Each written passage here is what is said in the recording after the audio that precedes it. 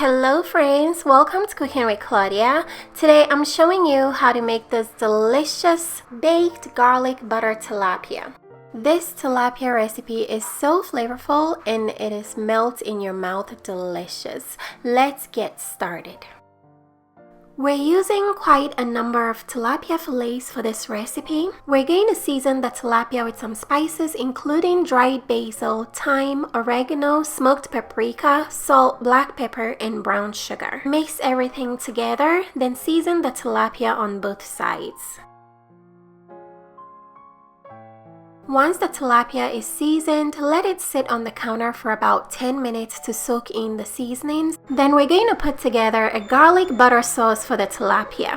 Add some stone ground or Dijon mustard to a bowl of melted butter. Next, add some minced garlic, some sweet chili sauce. Add your favorite hot sauce. Then we're going to squeeze in the juice of a whole lemon. Mix everything together very well, then pour the sauce all over the seasoned tilapia fillets.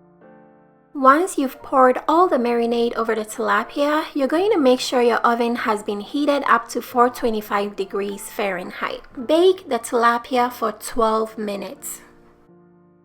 Here are the tilapia fillets when they're all done baking. These will come out smelling so good. There's going to be a lot of juice in the pan to enjoy the tilapia with. I garnished with some fresh parsley. The tilapia came out very tender, flaky, and delicate. It's very juicy on the inside. I served the tilapia over some rice and carrots on the side. The tilapia came out so flavorful and it's very enjoyable with the sauce. You can squeeze some more lemon juice over the tilapia if you'd like. This is such a great recipe for tilapia. Everything came out so delicious. If you guys would like to make this tilapia recipe, check the description box for all the ingredients and measurements.